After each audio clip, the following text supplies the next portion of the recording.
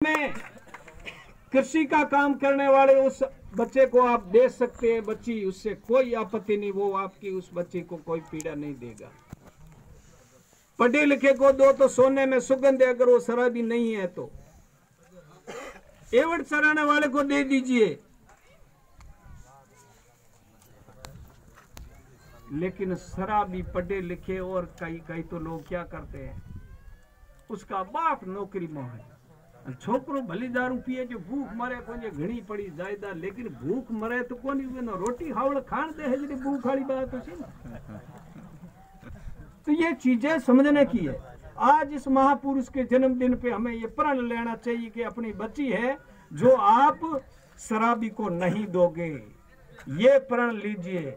और अगर ये आदमी अगर जे दारूरी घूट की ले अगर संबंध करना चाहे तो थे भी ये बाकरी अच्छी तरह पड़ताल करे कि मेरी जो बच्ची है जिस घर में मैं दे रही है या ये दे रहे हैं वो लड़का क्या कर रहा है, तो आपको उतना का उतना हक है, हमसे भी ज्यादा हक है।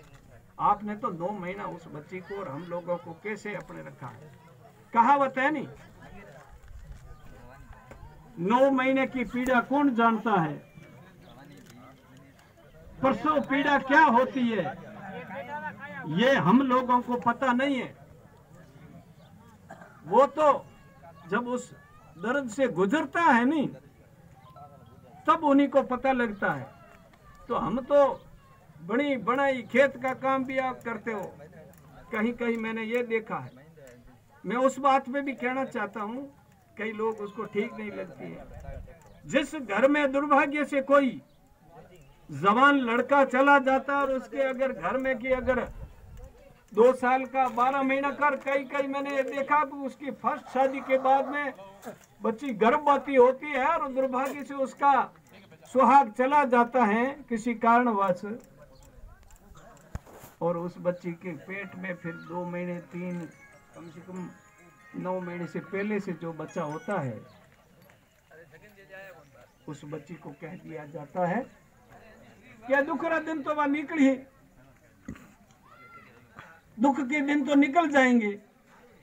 और आदमी का जब और वो किन परिस्थितियों में उस बच्चे को पाल पोस करके और वो ईमानदारी से उस घर की इज्जत को मैंने देखा है, कई औरतों ने इन परिस्थितियों में उस घर की आंख नहीं आने दी इज्जत पे। और हम लोग तो 50 वर्ष किसी की औरत जावे तो बड़े आधे टेमों में यह जाने हुआ है, मतलब 50 साल के बाद में भी आगे तुमसे और हमसे जिंदगी नहीं निकल रही है। और उस 18-17 साल की बच्ची को भी अपन कह रहे कि दुखरा दिन पर निकली। विचार करना पड़ेगा, हमें सोचना पड़ेगा हमारी माताओं बहनों के बारे में, तब जाकर के ये बराबरी होगी। तो एक तो आपको ये प्रण लेना है कि बच्ची नहीं दोगे। दूसरा, ऐसे कितने लोग हैं जो शराब पीते हैं, वो पूरा माफ है। लेकिन आज इस अंबेडकर जयंती पे ईमानदारी से कोई आदमी ये कहे कि मैं आज से शराब पीऊंगा तो मेरे माँ बाप का खून पीऊंगा, ऐसा कोई आदमी एक भी आदमी ईमानदारी से हाथ खड़ा करता है तो मैं समझता हूं कि आज की आपकी ये जयंती सार्थक है। नहीं तो पहले लो आदमी वही खड़ा करना चाहिए। आज जो पी रहा है वो छोड़े, नहीं पी रहे उसको मैं नहीं कह रहा हूँ, जो पी रहा है ईमानदारी से, मेरी बात सुनो, आप बात मत करिए। जो आदमी पी रहा है उसको माफ है, लेकिन आज से बाबा साहब के नाम पे छोड़ना चाहता है वो ईमानदारी से तो हाथ खड़ा करे। पीने वाला आदमी कोई हाथ खड़ा करे कि मैं आज से आगे नहीं पीऊंगा,